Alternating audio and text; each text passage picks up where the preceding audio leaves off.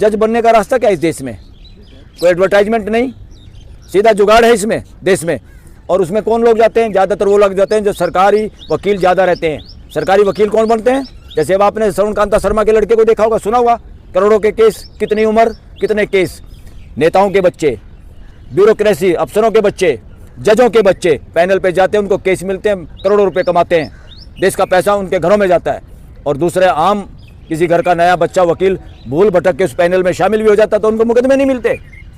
तो ये सिचुएशन है। फिर वही लोग, इन्होंने ज़्यादा केस किए हैं, वही लोग जुगाड़ी या उन्हीं का जुगाड़ बन पाता है जज बनने का। वही फिर चंद्रचूड़ के बारे में कहा था जस्टिस काटजू ने, वो ज़्यादातर पे लागू होता है कि वो इलाहाबाद हाईकोर्ट का जब जज था, चीफ जस्टिस, वो चक्कर काटता था दिल्ली के सुप्रीम कोर्ट में अपना जुगाड़ फिट करने के लिए। ये काटजू ने कहा, चंद्रचूड़ के बारे में कहा, और चंद्रचूड़ इसका जवाब नहीं दे पाया।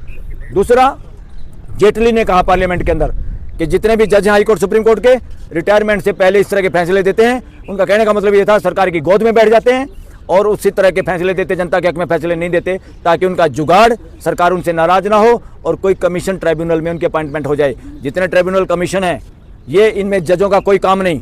पूर्णतः ये काले कानून बंद हो जाने चाहिए। इससे जुडिशरी कमजोर होती है, इंडिपेंडेंट नहीं रहती, और लोग आफ्टर रिटायरमेंट भी नौकरी के चक्कर में संविधान के हिसाब से काम नहीं कर